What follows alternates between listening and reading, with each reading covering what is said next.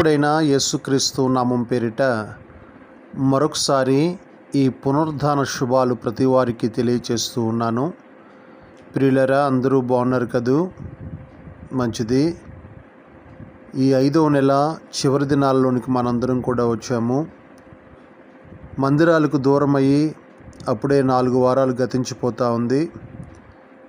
నా ప్రియ సహోదరులారా, ఆయన కృపచేత ఆయన రెక్కల నీడలో మనందరినీ భద్రపరిచి సజీవంగా దాచి మరి ఈ రీతిగా మరలా ఆన్లైన్ ద్వారా దేవుని వాక్యాన్ని వినడానికి దేవుడిచ్చినటువంటి మంచి అవకాశమును బట్టి ఆయనకే మహిమ, ఘనత, ప్రభావాలు కలుగునుగాక.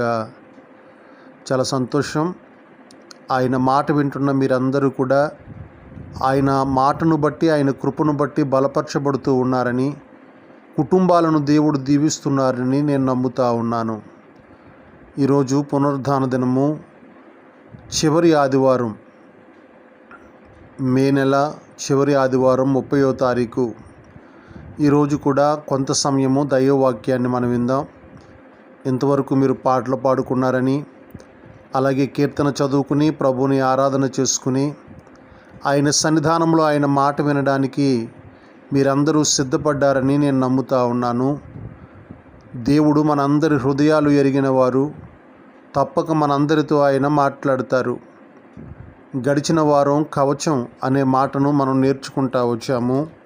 ప్రియులరా, దైవవాక్యాన్ని మనం గమనించినప్పుడు రక్షణ, నిరీక్షణ, స్థిరస్థానమని, విశ్వాస ప్రేమలు కవచమని మనం నేర్చుకున్నాం. ఎప్పుడైతే విశ్వాస ప్రేమ అనేది మనలో ఉంటుందో ప్రియులరా, అదే మనకు కవచంగా కాపాడుతుంది అని పరిశుద్ధాత్మ దేవుడు గడిచిన వారం ఎంతో తేటగా మాట్లాడుతూ వచ్చారు.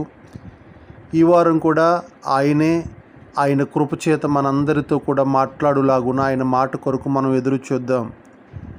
ఆశగల ప్రాణాన్ని తృప్తిపరిచే దేవుడు ఆయన. మనుషుడు రొట్టె వలన మాత్రమే కాదు కానీ దేవుని నోట నుండి వచ్చు ప్రతి మాట వలన జీవిస్తాడు అని సెలవిచ్చిన దేవుడు ఆయన. ఈరోజు మనందరితో కూడా ఆయన మాట్లాడులాగున కనిపెడదాం. కండ్లు మూసుకుని ప్రార్థనలో ఏకీభవించండి. కుటుంబాలుగా చేరండి. ప్రార్థన. పరిశుద్ధుడా, జీవము గల నా యేసు ప్రభువా, నీకు వందనాలు. నాయనా, నీవు మాట్లాడితే మేము బ్రతుకుతాము. మరలా ఈరోజు కూడా నీ సన్నిధికి వచ్చాం. 5వ నెల గతించిపోతూ ఉంది. 6వ నెలలో ప్రవేశించబోతూ ఉన్నాం. నాయనా, ఈ 5వ నెలతో పాటు ఈ కీడు, ఈ బాధ అంతా తొలగించండి. 6వ నెలలో మేమందరము కలిసి నీ సమాజ మందిరములో ఆరాధించడానికి సహాయము చేయండి. నాయనా, నీ పేరు పెట్టబడ్డ నీ జనులము నీ మందిరములో మొర్రపెట్టుకునే భాగ్యాన్ని ఇవ్వండి. ఈరోజు నీ వాక్యాహారం కొరకు ఎదురు చూస్తున్న ప్రతి బిడ్డను జ్ఞాపకం చేసుకునండి.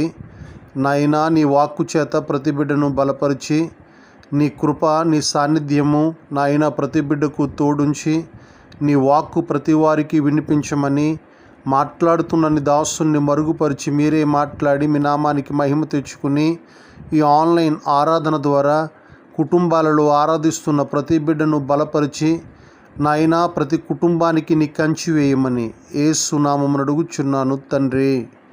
ఆమేన్. మంచిదండి, సంతోషం. ప్రియులరా, ఈరోజు కూడా దైవవాక్య ధ్యానంలోనికి మనం వెళ్దాం. కొన్ని మాటలు ప్రభు చిత్తాన్ని బట్టి మనం నేర్చుకుందాం. గడిచిన వారం అపోస్తులైనటువంటి పౌలు థెసలోనియ సంఘానికి రాసినటువంటి మొదటి పత్రిక 5వ అధ్యాయం నుంచి కొన్ని మాటలు మనం విన్నాం. ఈరోజు కూడా అదే 5వ అధ్యాయము 14వ వచనం నుండి ఇంకొన్ని మాటలను మనం విందాం. 14వ వచనాన్ని చదువుతున్నాను, వినండి. సహోదరులారా, మేము మీకు బోధించినది ఏమనగా, అక్రమముగా నడుచుకుని వారికి బుద్ధి చెప్పుడి, ధైర్యము చెడిన వారికి ధైర్యపరచుడి, బలహీనులకు ఊతనీయుడి, అందరి ఎడల దీర్ఘశాంతము కలవారై ఉండుడి. నా ప్రియ సహోదరులారా, వింటున్నారు కదా? ఈ యొక్క లేఖన భాగాన్ని మనం గమనిస్తూ ఉన్నప్పుడు మంచి విషయాలు మనకి ఇక్కడ కనిపిస్తూ ఉన్నాయి. అపోస్తులైనటువంటి పౌలు 14 పత్రికలను ఆయన రచించారు. ఈ సంఘానికి రాస్తున్నటువంటి పత్రికలో ఒక మంచి మాట సంఘానికి ఆయన చెప్తున్నారు. ఆయన అంటారు, సహోదరులారా, మేము మీకు బోధించినది ఏమనగా, ఆనాటి అపోస్తలులు ఆ సంఘంలో ఉన్నటువంటి ప్రజలకు బోధిస్తున్న బోధా విధానము, ఆనాటి పౌలు బోధించే బోధనా విధానము ఎలా ఉందో ఒకసారి గమనించండి. చక్కటి బోధనా విధానాన్ని పౌలు బోధిస్తూ ఉన్నారు. ఆయన అంటారు, మొదటిగా అక్రమముగా నడుచుకుని వారికి బుద్ధి చెప్పండి అన్నారు. మనందరికీ తెలుసు అక్రమం అంటే ఏంటో నేను ప్రత్యేకంగా వివరించవలసిన పనేమీ లేదు. నా ప్రియులరా, క్రమము లేకుండా అడ్డదిడ్డమైన మార్గాలలో నడుస్తూ అడ్డదిడ్డంగా ప్రయాణం చేసేవారిని అక్రమమైన మార్గాలలో నడిచేవారు అని అంటారు. ప్రియ సహోదరులారా, దేవుడు అంటారు కదా, ఎవరైతే అక్రమమైన మార్గములో నడుచుకుంటున్నారో వారికి మీరు బుద్ధి చెప్పండి అని అన్నారు. రెండవదిగా మనం చూసినప్పుడు ధైర్యము చెడిన వారిని ధైర్యపరచండి అన్నారు. ఇది రెండవ మాట. ఇక మూడవ మాట బలహీనులకు ఓతనీయండి అన్నారు. నాలుగవ మాట అందరి ఎడల దీర్ఘశాంతం గలవారై ఉండండి అన్నారు. మొదటి మాట అక్రమముగా నడుచుకునే వారికి బుద్ధి చెప్పాలి, పక్కన పెడదాం. రెండవది ధైర్యము చెడిన వారిని ధైర్యపరచండి అన్నారు. ప్రియులరా, ధైర్యం ఎవరికి చెడిపోతుంది ఆలోచించండి. ఈరోజు చాలామంది గుండెల్లో భయం పుడుతుంది. ధైర్యం అనేది చెడిపోతూ ఉంది. ధైర్యాన్ని కోల్పోతూ ఉన్నారు. మన దేవుడు ధైర్యపరిచేవారు, మన దేవుడు బలపరిచేవారు. అయితే ఈరోజు చాలామంది ధైర్యాన్ని చెడిపోయిన వారిగా ఉన్నారు. ప్రియులరా, గమనించండి.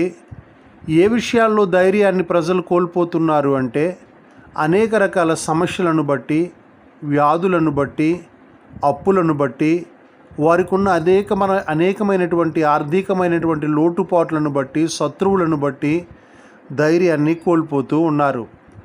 నా సహోదరులారా, గమనించండి. ఇక్కడ ధైర్యాన్ని కోల్పోయిన వారు ఎవరున్నారో లేఖనాలలో కొన్ని మాటలు నేను మీకు తెలియజేస్తాను. చూడండి ప్రియులరా, మొట్టమొదటిగా దేవుని భయం వలన కొంతమంది ధైర్యాన్ని చెడిపోతూ ఉంటారు. అంటే దేవుని భయము మనలో ఉన్నప్పుడు ఈ లోకపరమైనటువంటి ఒక రకమైనటువంటి ధైర్యాన్ని మనం చెడిపోతాం. ఎలాగూ అంటే గమనించండి, ఎవరు చెడిపోతారో మీకు చెప్తాను. మనం యెహోషువ గ్రంథం 2వ అధ్యాయాన్ని మనం గమనిస్తే ఆ 2వ అధ్యాయంలో రాహాబు అనేటువంటి ఒక స్త్రీ మనకు కనిపిస్తూ ఉంటుంది. ఈ రాహాబు గురించి కూడా దైవవాక్యం ఎరిగిన వారందరికీ కూడా సుపరిచితమే. రాహాబు గురించి అనేక విషయాలు మనం నేర్చుకున్న వారిగా ఉన్నాం. అయితే రాహాబు ఏగుల వారితో మాట్లాడుతూ ఉన్నప్పుడు యెహోషువ ఏగు చూడ్డానికి పంపించాడు యెరికోను. ఏగు చూడ్డానికి వెళ్ళినటువంటి మనుషులతో మాట్లాడుతూ రాహాబు ఒక చక్కటి మాట మాట్లాడుతూ ఉంటారు. చూడండి, నేను చదువుతాను ఆ మాట. యెహోషువ గ్రంథం 2వ అధ్యాయము 9వ వచనంలో ఆ మాట చదువుతున్నాను. యెహోవా ఈ దేశమును మీకు ఇచ్చిచున్నాడనియు, మీ వలన మాకు భయము పుట్టుచున్నదనియు, మీ భయము వలన ఈ దేశ నివాసులందరికీ కూడా ధైర్యము చెడుననియు నేను ఎరుగుదును. చూడండి, ఇక్కడ రాహాబు ఏగుల వారితో మాట్లాడుతున్న మాట ఏంటంటే, మీ వలన లేదా దేవుని భయము వలన, మీ భయము వలన ఈ దేశ నివాసులందరి ధైర్యము కూడా చెడిపోతుంది. నా ప్రియులారు గమనిస్తున్నారు కదూ. ఇప్పుడు అక్కడ మనం చూస్తున్నప్పుడు ఈ భయము వలన, అంటే దైవ భయము వలన, దైవ ప్రజల యొక్క భయము వలన ఈ యెరికో ప్రజల యొక్క ధైర్యం అంతా కూడా చెడిపోతుంది అని రాహాబు మాట్లాడుతూ ఉంది. ఇప్పుడు వీళ్ళకి ఎందుకు ఆ ధైర్యము చెడిపోతుంది అంటే దేవుని యొక్క శూర కార్యాలు, దేవుని యొక్క గొప్ప కార్యాలు, దేవుని యొక్క అద్భుత కార్యాలు ఈ రాహాబు ఎరిగిందిగా ఉంది. కాబట్టి దేవుని యొక్క గొప్పతనాన్ని గురించి వారితో మాట్లాడుతూ, మీ భయము వల్ల ఈ దేశంలో ఉన్న ప్రజలందరికీ కూడా ధైర్యం చెడిపోతుంది అని మాట్లాడుతూ ఉన్నారు. నా ప్రియులరా, వీళ్ళకు ఎందుకు ఆ ధైర్యము చెడిపోతుంది అంటే మనం ఇక్కడ గమనిస్తున్నాం కదా, ఎందుకు వారు అధైర్యపడుతున్నారంటే దేవుని యొక్క శక్తిని బట్టి వారు అధైర్యపడతా ఉన్నట్టుగా మనం చూస్తూ ఉన్నాం. వారు దేవుని యొక్క శక్తిని బట్టి భయపడ్డారు కాబట్టి, దేవునికి భయపడ్డారు కాబట్టి నా ప్రియులారా రాహాబు కుటుంబాన్ని రక్షించుకోగలిగింది. అయితే కొంతమంది ధైర్యాన్ని దేవుణ్ణి బట్టి చెడిపోవట్లేదు, కానీ మనుషులను బట్టి, శ్రమలను బట్టి, శత్రువులను బట్టి, రకరకాల కార్యాలను బట్టి ధైర్యాన్ని చెడిపోయేవారిగా ఉంటున్నారు. నా ప్రియమైన సహోదరుడా, సహోదరి, ఈ వాక్యాన్ని వింటున్నా నీవు చాలా జాగ్రత్తగా గమనించు. ఈరోజు ఈ మాటలు వింటున్న నీలో ధైర్యం ఎందుకు చెడిపోతుంది? ఏ రీతిగా నువ్వు ధైర్యాన్ని కోల్పోతున్నావు? పౌలు అంటారు, ఎవరైతే ధైర్యం చెడి ఉన్నారో వారిని మీరు ధైర్యపరచండి అన్నారు. ధైర్యం చెడిపోయిన వారిగా ఉండడానికి వీర్లేదు. ఈరోజు ఏ విషయంలో నువ్వు ధైర్యాన్ని చెడిపోతున్నావు? నీ దేవుడు సామాన్యుడు కాదు. నీ దేవుడు సమస్త కార్యాలు జరిగించగలిగినవాడు. నీ దేవుడు సమస్త సృష్టికి ఆయన కారణభూతుడు. సమస్తాన్ని జరిగించగలిగినటువంటి ఆ దేవాది దేవుని చేతిలో నీ ఉండగా ఎందుకు భయపడాలి? ఒకసారి ఆలోచన చేయి. మనందరికీ తెలుసు, గిద్యోను గానుగు చాటున గోధుమలను తొలగొట్టుకుంటా ఉన్నాడు. గిద్యోను బలాఢ్యుడు అని దేవదూత అంటా ఉంది. అయితే గిద్యోను గానుగు చాటున గోధుమలను తొలగొట్టుకుంటున్నాడు. కారణమేంటి అని ఆలోచిస్తే గిద్యోనుకి బలం ఉంది. ఆ బలాన్ని గిద్యోను గ్రహించలేకపోతున్నాడు. గిద్యోనులో ధైర్యం ఉంది. ఆ ధైర్యంతో అడుగులు ముందుకు వేయలేకపోతున్నాడు. అయితే గిద్యోనులో ఉన్నటువంటి భయం ఏంటో తెలుసా? మనుషుల భయమే గిద్యోనులో ఉంది. ఆ శత్రువుల యొక్క భయము గిద్యోనుని భయపెడతా ఉంది. ఈరోజు ఏ భయము నిన్ను భయపెడతా ఉంది? దైవ భయం వలన ధైర్యం చెడిపోయినటువంటి రాహాబు దైవ భయాన్ని కలిగి ఆ యెరికో ప్రజలకు కానీ యెరికో రాజుకు కానీ భయపడకుండా దేవుని భయముతో అడుగులు ముందుకు వేసి ఏగులో వారిని తప్పించి దేవుని కొరకై నిలబడ్డది కనుక తన కుటుంబాన్ని రక్షించుకోగలిగింది రాహాబు. అలాగే ప్రియులారా, గిద్యోను అక్కడ మనం గమనిస్తే మనుషుల భయంతో ఉన్నాడు. ఈ మనుషుల భయంతో ఉన్నటువంటి గిద్యోనును దేవుడు ధైర్యపరుస్తున్నాడు. అలాగే యెహోషువ కూడా మనుషుల భయము చేత ఈ ప్రజలను నేను ఎలా నడిపించాలి అని భయపడతా ఉంటే దేవుడే భయపడకు, జడియకు, ధైర్యం కలిగి ఉండు అని బలపరిచాడు. నా ప్రియ సహోదరుడా, జాగ్రత్తగా గమనించు. ఈరోజు నీకెందుకు ధైర్యం చెడిపోతూ ఉంది? ధైర్యం చెడిపోయే పరిస్థితి రావడానికి గల కారణం ఏంటి? ఒకసారి ఆలోచన చేయి. దేవుని వాక్యం అంటుంది, నీతిమంతుడు సింహం వలె ధైర్యంగా ఉంటాడు అని. ఈరోజు నీ ధైర్యం చెడిపోవడానికి గల కారణం ఏంటి? ఒకసారి ఆలోచన చేయి. దేవుడు వాక్యం అంటుంది, ధైర్యం చెడిన వారిని ధైర్యపరచండి అని. నిజంగా మనం ఆయన పక్షముగా ఉంటే మన భయము ప్రజలకు కలుగుతుంది. దేవుడు మన పక్షముగా ఆయన యుద్ధాన్ని చేస్తాడు. నా ప్రియ సహోదరులారా, గమనిస్తున్నారా? ఒకసారి ఆదికాండం 35వ అధ్యాయం వైపు మీ బైబిల్ గ్రంథాలు తిప్పండి. ఆదికాండం 35వ అధ్యాయము 5వ వచనాన్ని నేను చదువుతున్నాను, జాగ్రత్తగా గమనించండి. వారు ప్రయాణమైపోయినప్పుడు దేవుని భయము వారు చుట్టూనున్న పట్టణముల మీద ఉండెను గనుక వారు యాకోబు కుమారులను తరమలేదు. చూడండి, భయం ఉన్నటువంటి ఆ ప్రాంతాలు ఏవైతే ఉన్నాయో ఆ ప్రాంతాలట యాకోబు కుమారులను తరమలేదు అనేటువంటి మాటను మనం గమనిస్తూ ఉన్నాం.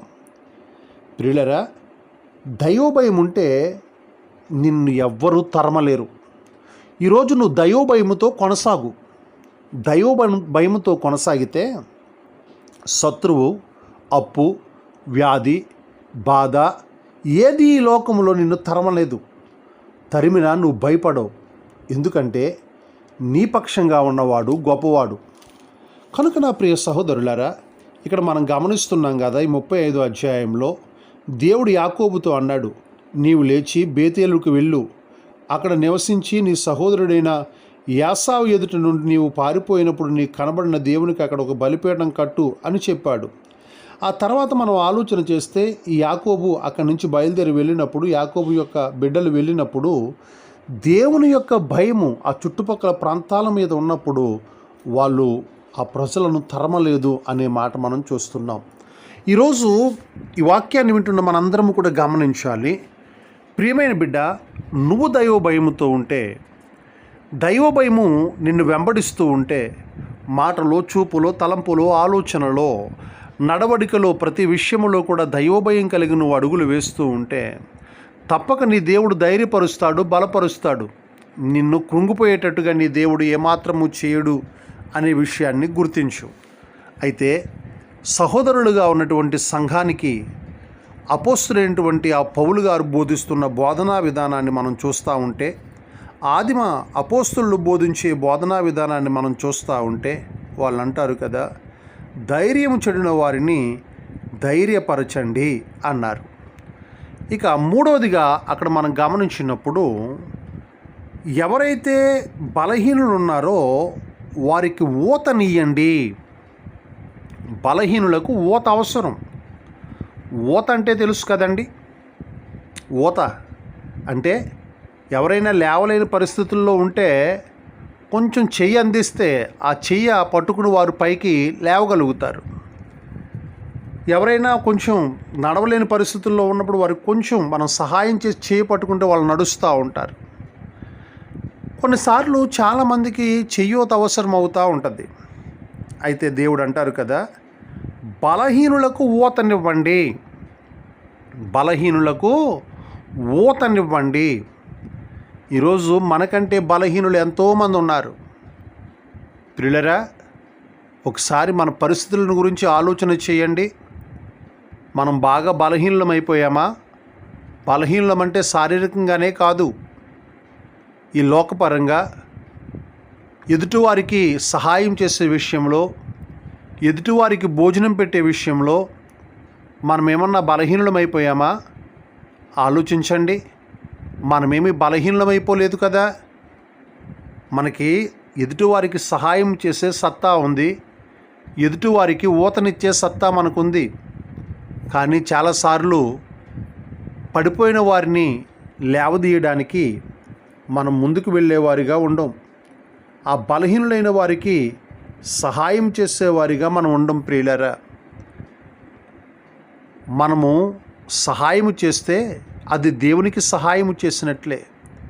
దేవుని వాక్యం అంటుంది కదా, బీదలను కనికరించువాడు యెహోవాకు అప్పిచ్చువాడు అని.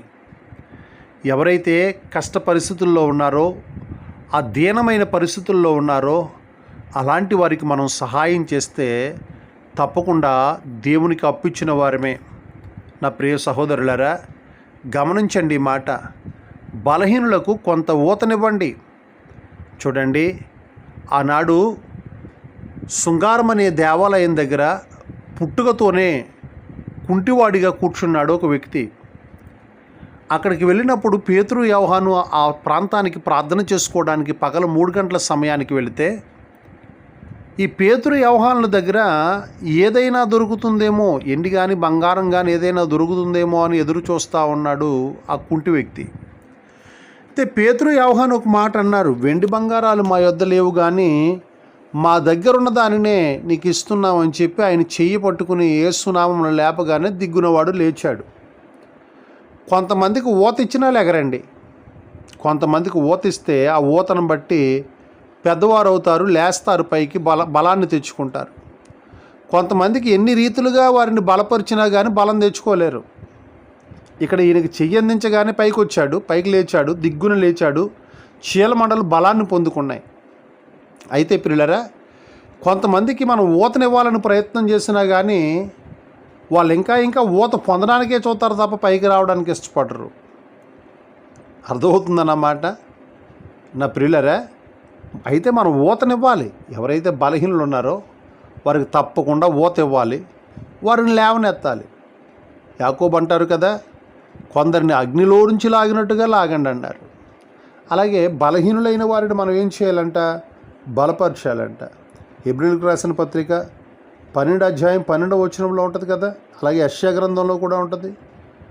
వడలను చేతులను అంతేనా? బలపరచండి. చదువుతారా? చదవండి. హెబ్రీయులకు రాసిన పత్రిక 12వ అధ్యాయం 12వ వచనం చూడండి. చదువుతున్నాను. 12వ అధ్యాయం 12వ వచనం. కాబట్టి వడలిన చేతులను సడలిన మోకాళ్ళను బలపరచుడి. ఎవరైతే ఆ వడలిపోయిన చేతులు కలిగి ఉన్నారో, సడలిపోయిన మోకాళ్ళు కలిగి ఉన్నారో, ఆ బలహీనులైపోయారో, కొంచెం వారికి మనం ఏమివ్వాలంటే చెయ్యూతనిచ్చి బలపరచాలంటండి. చెయ్యూతనిచ్చి బలపరచాలంట.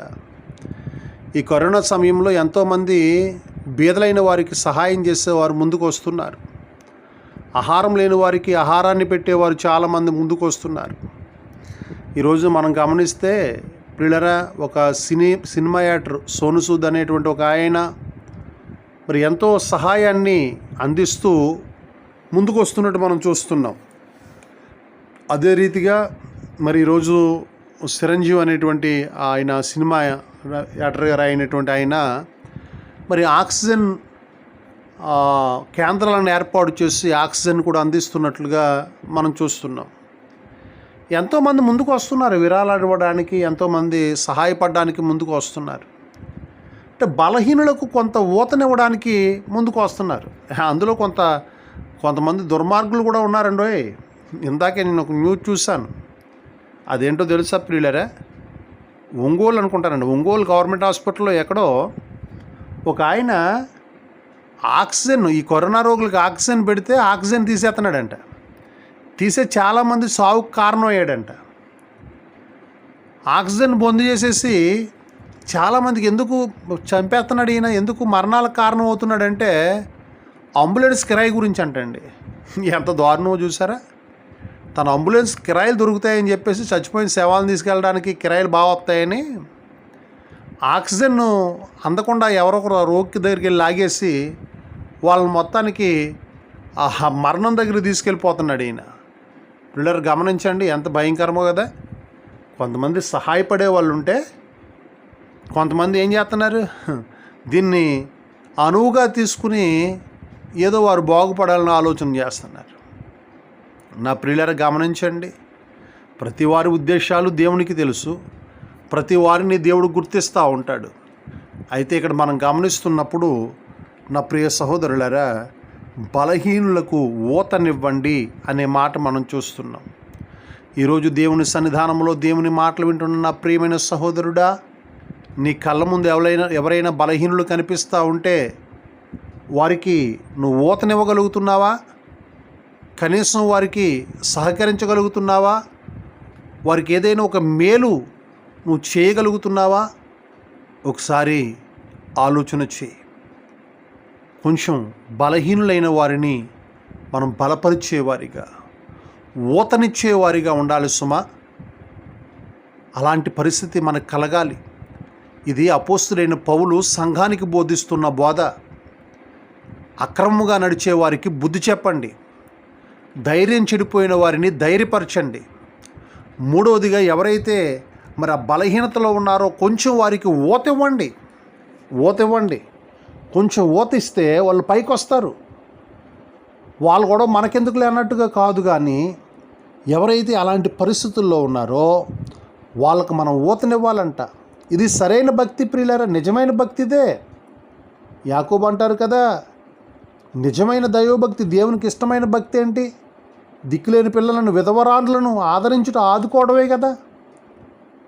ఏమండి, ఈరోజు ఎవరు కష్టంలో ఉన్నారు, ఎవరు బాధలో ఉన్నారో వారి గురించి మనం ఆలోచించి మనకున్న దాంట్లో కొంత ఊత వాళ్ళకి ఇస్తే తప్పకుండా ఏమండి వారు బలపరచబడతారు. అంతేకాదు వారు దేవుణ్ణి స్తుతిస్తారండి, దేవుణ్ణి ఎంతగానో గణపరుస్తారు. ప్రియులారా, నిజంగా దేవుడే మనకు సహాయాన్ని అందిస్తాడు. ఎవరి ద్వారా తప్పకుండా దేవుడు సహాయాన్ని అందిస్తాడు. అయితే ఎవరైతే బలహీనులు ఉన్నారో ఒక్కసారి గమనించండి, వాళ్ళకు కొంచెం ఊతనిద్దాం. మనం ఇచ్చే చెయ్యూత వారి జీవితంలో ఒక బలమైన ఊతగా మారి వారి జీవితాలు బలపరచబడతాయి నా ప్రియులారా. కనుక దేవుని సన్నిధానంలో మూడో మాటగా పౌలు ఆ దెసలోనిలో ఉన్న సంఘానికి చెప్తా ఉన్నారు, ఓ సంగమా, ఇదిగో సహోదరులారా, నేను మీకు బోధించే బోధ ఏంటంటే ఒకసారి జాగ్రత్తగా గమనించండి. ఎవరైతే అక్రమంగా నడుచుకుంటున్నారో వారికి బుద్ధి చెప్పండి. ధైర్యం చెడిపోయిన వారిని మీరు ధైర్యపరచండి. ఏమండి, గిద్యోనును దేవుడు ధైర్యపరిచాడు. రాహేలు దేవుని కొరకు ధైర్యం చెడిపోయింది, దేవుడు ఆ కుటుంబాన్ని బలపరిచాడు.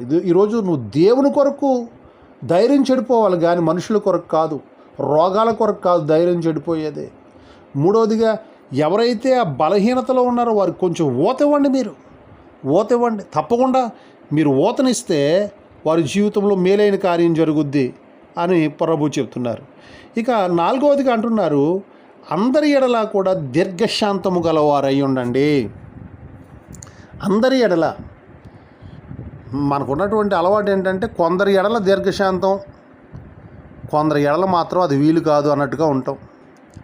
అయితే దేవుని వాక్యం అంటుంది, అందరి ఎడల నీకు చేతనైతే సఖ్యమైతే అందరితో సమాధానంగా ఉండని వాక్యం చెప్తుంది. ఇక్కడ పౌలు అంటున్నటువంటి మాట మనం గమనిస్తే, అందరి ఎడల దీర్ఘశాంతం గలవారై ఉండండి. ప్రతి వారి పట్ల కూడా మనం ఎలా ఉండాలి అంటే దీర్ఘశాంతం కలిగి ఉండాలంట. శాంతం వేరు, దీర్ఘశాంతం వేరు. ఏమండి, శాంతం వేరు, దీర్ఘశాంతం అనేది వేరు. దీర్ఘకాలం సహించేది దీర్ఘశాంతం. ఆ సహించే గుణం, ఎలాంటి మాటనైనా ఓర్చుకునే గుణం మనకు కావాలండి. ఒక్క మాట కూడా పడలేనటువంటి పరిస్థితులు ఈరోజు మనలో కనిపిస్తున్నాయి. నా ప్రియులరా, దీర్ఘశాంతం అనేది మనందరికీ కూడా చాలా అవసరం సుమా. పౌలు గారు చక్కటి బోధను బోధిస్తూ వారితో చెప్తున్నారు, నా పిల్లలారా, నాలుగవదిగా మీ అందరికీ కూడా ఏది అవసరమో తెలుసా? దీర్ఘశాంతం అనేది అవసరము. మనకు ఆత్మీయ ఫలాల్లో కూడా దీర్ఘశాంతం మనకు అనిపిస్తూ ఉంటుంది. 9 ఫలాలు మనకు ఉన్నాయి కదండి. గలతీలకు రాసిన పత్రిక 5:22 మనం చూస్తూ ఉంటాం. ప్రేమ, సంతోషం, సమాధానం, దీర్ఘశాంతం కదా. దీర్ఘశాంతం, ఏశాంతం, ఇది ఒక ఫలం, ఆత్మీయ ఫలం. సంఘములో ఈ ఫలం చాలా అవసరం. కనుక దయచేసి ప్రతి వారము కూడా ప్రియులరా, ఈ దీర్ఘశాంతం గల వారముగా మనం ఉండడానికి ప్రయత్నం చేద్దాం. ఇంకా మనం ముందుకెళ్తే ఆ 15వ వచనంలో కనిపిస్తుంది, ఎవడును కీడునకు ప్రతి కీడును ఎవరికైనాను చేయకుండా చూసుకునండి. 5వ మాట, ప్రతివాడు కూడా కీడునకు మాత్రం ప్రతి కీడు ఎప్పుడు కూడా మీరు చేయొద్దు. అపకారికి ఉపకారము నెపమెన్నడు చేయువాడు నేర్పరు సుమతి అని మనకు కవిగారు చెప్పారు. పిల్లరా, ఎప్పుడు కూడా కీడు చేసిన వాడికి ప్రతి కీడు చేసే లక్షణం మనకు ఉండకూడదంట. దొరుకుతాడండి, ఏదో రోజు దొరకపోతాడా, తప్పకుండా వాడు పని పడతాను అన్నట్టుగా మనం ఉండకూడదు. దావీదుకి చిక్కిపోయాడు సౌలు.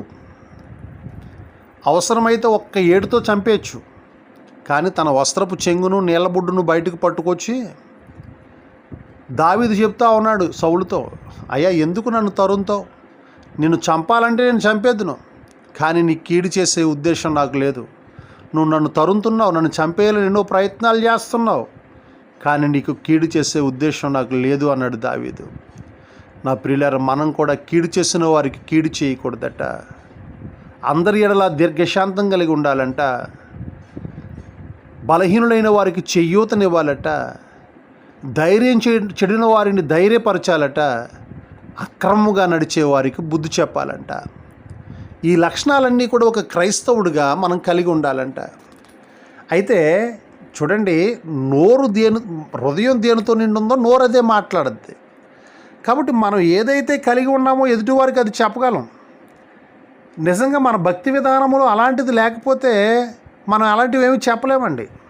అంటే నేను ఎవరినో విమర్శించాలనో ఎవరినో బాధ పెట్టాలనో నేను ఈ మాట చెప్పట్లేదు, కానీ ఈరోజు సత్యమైనటువంటి సత్యవాక్యాన్ని ఉన్నది ఉన్నట్టుగా ప్రకటించకుండా మనుషుల యొక్క పద్ధతి ఎలా అయిపోయిందంటే, స్వస్థత కోసం బోధ, లేకపోతే ప్రియులారా అద్భుతాల కోసం బోధ, లేదంటే ఇదిగో ఏదో సాక్ష్యాలను చెప్పేసి ఏదో చేయాలనేటువంటి విధానమే. కానీ దేవుడు ఒక క్రైస్తవ బిడ్డను, ఒక క్రైస్తవ వ్యక్తిని ఏ రీతిగా బ్రతకమన్నాడో ఆ రీతిగా బోధించే బోధలు ఈ రోజున కరువైపోయాయి.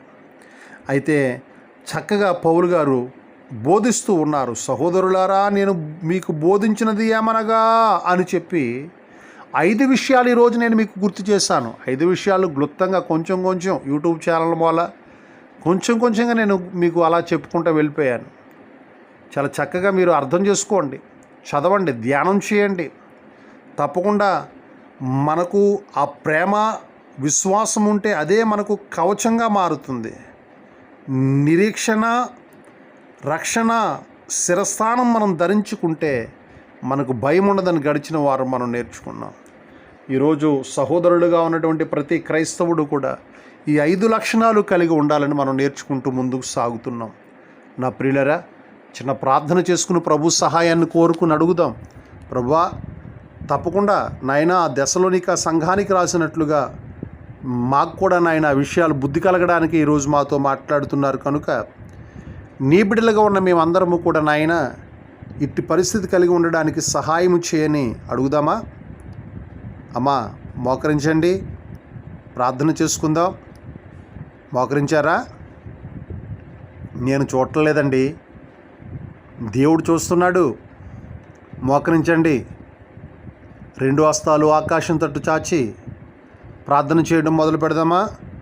అందరూ కూడా ప్రార్థనలు ఏకీభవించండి, ప్రభువుని అడుగుదాం.